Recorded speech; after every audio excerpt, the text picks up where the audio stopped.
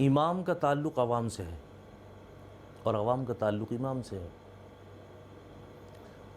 اور آپ یوں اس کو دیکھیں، تھوڑا نظر دوڑائیں، کیا آپ اپنے یہاں کسی ایسے ویسے آدمی کو ملازم نہیں رکھیں گے؟ تو اللہ سبحانہ و تعالیٰ اپنے گھر میں کسی ایسے ویسے کو رکھے گا؟ آپ خود سوچیں. اللہ سبحانہ و تعالیٰ اپنے گھر میں کسی ایسے ویسے کو رکھیں گے؟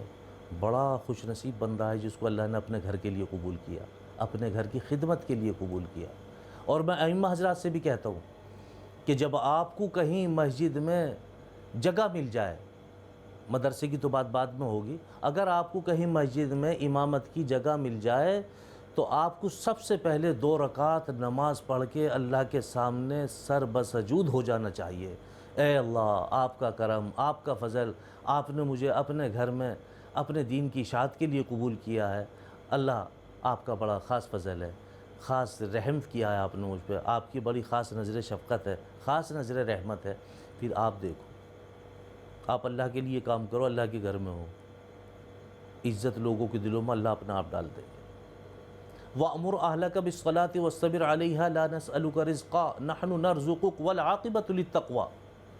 جب اللہ سبحانہ وتعالی نے قرآن کریم میں فرما دیا کہ روزی کے مالک ہم ہیں، تمہیں کیا پریشانی ہے؟ تمام ذمہ داری تو تمہاری ہم لے رہے ہیں، ہم نے تمہیں روزی کمانے کے لیے تھوڑا ہی بھیجا ہے، روزی تو تمہیں ہم دیں گے، آپ کو تو صرف تقوی اختیار کرنا ہے. جو انسان تقوی اختیار، اور تقوی کیا ہے؟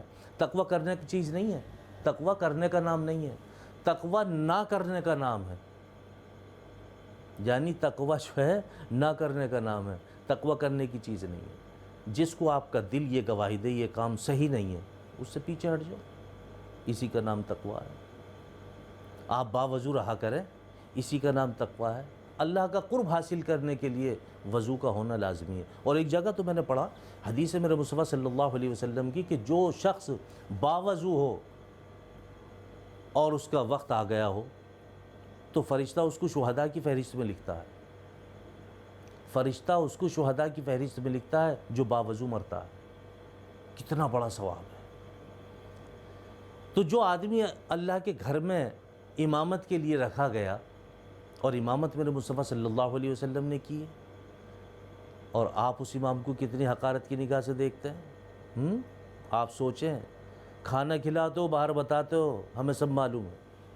کسی امام کی دعوت کر دو تو باہر جا کے بتاتے ہو، ارے بھئی فلاں مسجد کے امام صاحب کی دعوت کی، بھئی ماشاءاللہ بڑی خوراک ہے یار، بھئی میں نے تو اتنا سالن دیا سب ختم، اور یار اتنی ہڈی اپنے سامنے کر لی. لا حول ولا قوت الا باللہ. دعوت آپ نے کی تھی، انہوں نے کی تھی، اپنا آپ کی جی میری دعوت کرو. کھا کے گئے ہیں یا جیب میں ڈال کے گئے ہیں؟ بھئی خوراک الگ الگ ہے. کوئی آدمی ایسا نہیں ہے جو ایک وقت میں 2 وقت کا کھانا کھا لے گا. آپ لوگ کھلاتے ہو، پھر پوچھتے ہو، بتاتے ہو باہر جا کے. اور یہ ائمہ حضرات بیچارے بھولے بھالے آپ کے جھانسے میں آ جاتے ہیں، آپ دعوت کرتے ہیں، پھر بیچارے چلے جاتے ہیں کہ نہیں بھائی یہ مومن کا مومن پہ حق ہے کہ مومن اگر دعوت کرے تو اس کی قبول کرنا چاہیے. وہ تو کچھ اور سمجھ کے آپ کی دعوت قبول کر رہے ہیں، آپ کچھ اور سمجھ کے کھلا رہے ہیں. آپ اپنا ذہن صاف کر لیجئے، ورنہ تو آپ کو پتہ نہیں ہے آپ نماز کسی کے پیچھے پڑھ رہے ہیں، آپ کی نماز بھی نہیں ہوگی، آپ کی نماز بھی نہیں ہوگی. اور ایک بات اور سمجھ لیں آپ، ہاں بڑی ذمہ داری کے ساتھ میں آپ سے بتا رہا ہوں، اللہ سبحانہ و تعالی نے علماء کو اپنا دوست بتایا ہے. اگر علماء اللہ کے دوست نہیں ہیں، پھر اللہ کا دنیا میں کوئی دوست نہیں ہے، یہ بھی آپ سمجھ لیں. میرے مصطفیٰ صلی اللہ علیہ وسلم فرما رہے ہیں کہ علماء میرے دین کے وارث ہیں، اور اللہ سبحانہ و تعالی فرما رہے ہیں علماء میرے دوست ہیں. اور پھر حدیث ہے، من زار عالما فقد زارنی من صافح عالما فقد صافحنی. جس نے میرے کسی عالم کی زیارت کی اس نے میری زیارت کی، میرے مصطفیٰ صلی اللہ علیہ وسلم فرما رہے ہیں. اور جس نے کسی میرے عالم سے مصافحہ کیا اس نے مجھ سے مصافحہ کیا. آپ ان کے مرتبے کو بھول رہے ہیں، آپ ان کے مرتبے کو بھول رہے ہیں. اور آپ کا نظریہ کہاں تک چلا گیا؟ آپ کا نظریہ یہاں تک رہ گیا، کوئی مر جائے تو کھانا مولوی صاحب کو بھیج دو، کوئی کام بگڑا ہوا تو بن گیا کھانا مولوی صاحب کو بھیج دو. آپ اپنے ذہن صاف کریں، یہ کون ہیں؟ اللہ کے دوستوں کو آپ کیا سمجھ رہے ہیں؟ اور ایک بات اور سمجھیں آپ، کہ جتنی آدمی کنجوسی ائمہ حضرات کے ساتھ برتتا ہے کسی کے ساتھ نہیں برتتا. کون سی چیز آج ایسی ہے جو مہنگی نہیں ہے؟ آپ کہیں بھی جائیں نظر دوڑائیں، کھانے کی چیز ہو، برتنے کی چیز ہو، سب مہنگی ہیں. آپ سبزی بھی لینے جاؤ تو وہ بھی مہنگی ہے، آپ دال آٹا چینی لینے جاؤ وہ بھی مہنگا ہو گیا ہے، اور بھی جو بھی چیز آپ دیکھیں، دودھ وغیرہ بھی دیکھیں، سب مہنگا ہے، اور سب کی تنخواہیں بھی بڑھی ہیں، جو جہاں ملازم ہے اس کی تنخواہ بھی بڑھی ہے۔ آپ نے کبھی امام کے لیے سوچا؟ آپ نے کبھی امام صاحب کے لیے سوچا کہ امام صاحب کی تنخواہ 10,000 ہے، بھائی ان کی بھی 2,000 بڑھا دینی چاہیے، ان کا بھی تو خرچہ ہے؟ آپ سوچتے کیوں نہیں اس کے بارے میں؟ بلکہ آپ یہ سوچتے ہیں کہ 10,000 روپے میں امام صاحب بڑے خوشحال ہیں، ان کے یار 1,000 2,000 اور کم کر دو، جبکہ آپ اپنے پاس سے نہیں دیتے ہیں۔ یہ قوم کا پیسہ ہے، یہ قوم کا پیسہ ہے، اور اسی لیے ہے کہ آپ مسجد کی خدمت کریں، اور جو مسجد میں خدمت گزار ہیں ان کی خدمت کریں۔ آپ خزانچی اور متولی ضرور ہے، لیکن آپ مالک نہیں ہیں مسجد کے، یا مسجد کے پیسے کے آپ مالک نہیں ہیں۔ آپ کو 4 آدمی نے اتھارٹی دی ہے کہ آپ اس کے ذمہ دار ہیں، آپ مسجد کے اخراجات کو، مسجد کی جو بھی ضروریات ہیں ان کو محسوس کریں اور پورا کریں، لیکن آپ سب سے پہلے پورا کرنے میں امام کی تنخواہ کاٹتے ہیں۔ امام کی تنخواہ ابھی لاک ڈاؤن میں نے سنا کہ بہت لوگوں نے مجھے بتایا کہ امام کی تنخواہ 10,000 تھی 8,000 کر دی۔ لا حول ولا قوت الا باللہ۔ امام کی اتنی تنخواہ ہونی چاہیے کہ اس کو بالکل بے فکر کر دو، اس کو یہ فکر ہی نہ ہونا چاہیے کہ میرا بچہ بیمار ہے، ڈاکٹر کے جاؤں گا، تنخواہ ملی نہیں، میرا کیا ہوگا۔ اس کو اتنا بے فکر کر دو کہ وہ بالکل خوشحالی کے ساتھ اس کا تعلق اللہ سے ہو رہا، آپ اللہ کا اس سے ہو۔ ایسے نماز پڑھائے آپ کو، پھر دیکھو آپ کی دعاؤں میں مقبولیت، چہرے پہ نورانیت، اور لوگوں کے دلوں میں عزت اللہ سبحانہ و تعالیٰ ایٹومیٹک ڈال دیں گے۔ کیوں؟ کہ اللہ دیکھ رہے ہیں کہ اس نے میرے دوست کی عزت کی ہے، اس نے میرے دوست کی خدمت کی ہے، میں اس کو کیسے ایسے چھوڑ دوں گا۔ اللہ سبحانہ و تعالیٰ تو سب کچھ دیکھ رہے ہیں۔ اور بہت سے لوگوں کا مزاج ہے، ارے تنخواہ طے نہیں کرنی چاہیے، ہو تنخواہ طے نہیں کرنی چاہیے۔ تم کون سی چیز ہے جو طے نہیں کرتے؟ تم تو جہیز طے کر کے لا رہے ہو، امام کو تنخواہ بھی نہ دی جائے۔ سوچنا چاہیے۔ ائمہ حضرات کی ذمہ داری آپ حضرات پر ہے، اور امام کی ذمہ داری آپ حضرات پر ہے کہ وہ آپ کو حرام کے حلال کے بارے میں بھی بتائے، اور آپ کی نماز اور رکوع سجدہ بھی دیکھے، اور آپ کو بتائے بھی کہ آپ وضو کیسے کر رہے ہیں، آپ رکوع کیسے کر رہے ہیں، آپ سجدہ کیسے کر رہے ہیں۔ ہاں، اس کی بھی ذمہ داری ہے، ایسا نہیں ہے صرف نماز پڑھانی ہے ذمہ داری ہے۔ حالانکہ عربی ترجمہ صرف اتنا ہی ہے امام کا کہ نماز پڑھانے والا، اس سے آگے اور کوئی ترجمہ نہیں ہے، لیکن پھر بھی امام ہے، اس کی ذمہ داری بنتی ہے، وہ اللہ کے مخلوق کی خدمت کر رہا ہے، اللہ کے بندوں کی خدمت کر رہا ہے، تو وہ یہ بھی بتائے کہ کیا صحیح ہے کیا غلط ہے۔ کم سے کم کبھی کبھی اپنے مقتدیوں کی نماز سن کے دیکھیں۔ اب اس میں بہت سارے امام بھی تھوڑے سے احساس کمتری کے شکار ہیں، اچھی ہم نماز سنیں گے تو نماز چھوڑ دیں گے۔ تم نے ٹھیکہ لیا ہے نماز چھوڑنے کا، نماز پڑھوانے کا؟ اللہ اگر توفیق نہ دے، انسان کے بس کا کام نہیں۔ اللہ اگر توفیق دیں گے تو نماز پڑھے گا، اپنی مرضی سے نماز نہیں پڑھ سکتا، اپنی مرضی سے ایک قدم اٹھا کے دوسری جگہ نہیں رکھ سکتا، تو آپ کیسے کہہ رہے ہیں کہ جو ہم نماز سنیں گے تو نماز نہیں پڑھنے کا؟ آپ بھی احساس کمتری کے شکار ہیں۔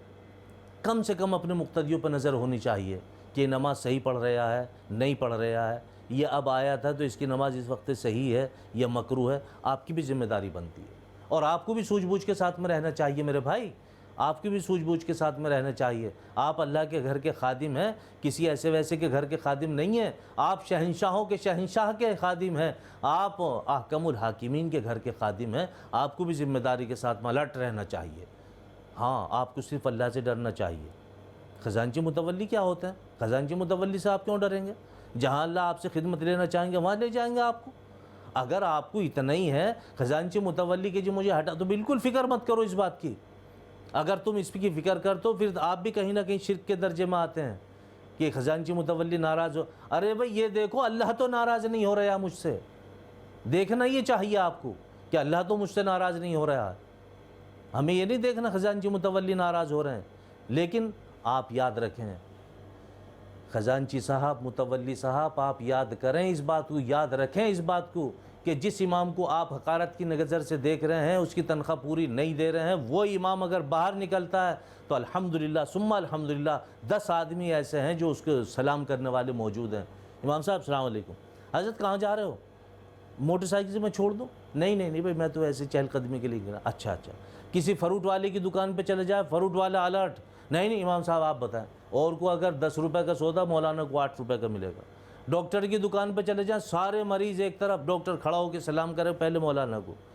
ان کی عزت تو اللہ سبحانہ و تعالیٰ نے عوام کے دلوں میں اپنا آپ ڈال رکھ کے تم لوگ گمراہ ہو رہے ہو اگر امام سے نفرت کر رہے ہو تو اپنا آپ مسئلے حل کرتے ہو اپنے مسائل فوری طور پہ حل کہ امام کو رکھنا نہیں رکھنا تنخواہ بڑھاتے نہیں امام کے اوپر ذمہ داری صبح سے لے کے شام تک کی رات شام سے لے کے صبح تک کی ایک مزدور صبح کو 8:30 بجے آتا شام کو 4 ساڑھے 4 بجے ہاتھ پیر دھو کے چلے جاتا 450 روپے لیتا اور اگر 10-20 منٹ آدھا گھنٹہ 1 گھنٹہ اور کام کر لیا تو 50 روپے الگ سے لیتا ہاں اور ایک امام اس کی 24 گھنٹے کی ڈیوٹی ہوتی ہے ایمپلیفائر خراب ہو جائے تو امام مائی خراب ہو جائے تو امام انویٹر خراب ہو تو امام سمر سیبل خراب ہو تو امام مسجد کی کوئی چیز غائب ہو جائے تو امام مسجد کی صاف صفائی کے لیے امام سوچو تو صحیح آپ نے کیا سمجھ رکھا ہے آپ نے کیا سمجھ رکھا ہے جب تک آپ کے دل اماموں سے صاف نہیں ہوں گے آپ کا ذہن ائمہ حضرات سے صاف نہیں ہوگا آپ بھی خوشحال نہیں ہوں گے